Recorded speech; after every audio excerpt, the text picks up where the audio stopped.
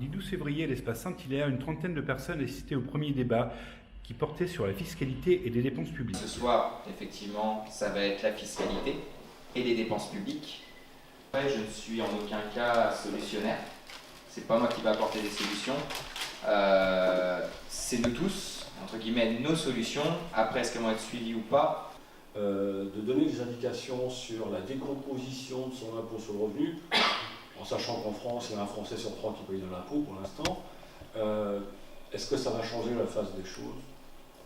Quel retour on a encore? Apparemment aucun. Pour l'instant, il n'y en a pas. Moi, ce que j'attends, effectivement, Et là, on peut en on parler. doit être à 2% de croissance, et tous les ans, on doit être à 2% de croissance, et tous les ans, on l'a jamais la croissance. Donc ils se foutent de notre gueule.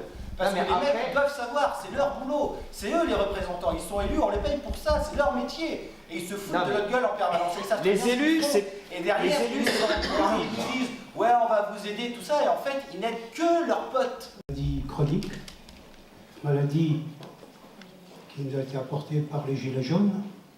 Et j'aimerais que ce soir, on fasse des propositions, qu'on donne des remèdes, qu'on fasse des propositions à notre président pour sortir de cette crise où on connaît les violences chaque samedi depuis 13 semaines, je crois bien. Violences, on casse tout, des actes antisémites, enfin, voilà.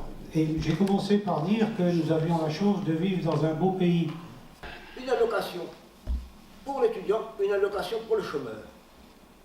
Et cette allocation-là, on la met, c'est une allocation de subsistance, chacun a le droit à sa subsistance, et cette allocation-là, on l'inclut dans les impôts. Calculé, injuste, bon ok. Sauf qu'après on a dit, mais on va quand même faire payer les 20% les plus riches. Alors il faut m'expliquer pourquoi elle était si idiote, si injuste pour 80% et pourquoi elle est encore juste et raisonnée pour les autres. Moi j'ai la réponse, hein, c'est de la com. Oui, non, mais d'accord, mais tout le monde a bien compris que ce n'était pas forcément la cause réelle de la suppression. Et la taxe d'habitation, donc on dit la base est mal calculée, l'ancienne, etc., elle est injuste. Mais personne ne parle de taxe foncière qui a la même base, enfin, sauf qu'il y en a une qui est la moitié de l'autre, mais c'est la même base, c'est le même calcul. Non, juste la moitié. Oh non, non, non. Ah si, si. En taux.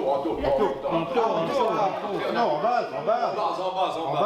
On applique un taux sur la base des salaires en même temps. Donc la taxe d'habitation est injuste parce que la base n'est pas bonne, la taxe foncière, elle est juste. Donc, qu'est-ce qu'il faut en faire? Et aujourd'hui, ça veut dire quoi, riche?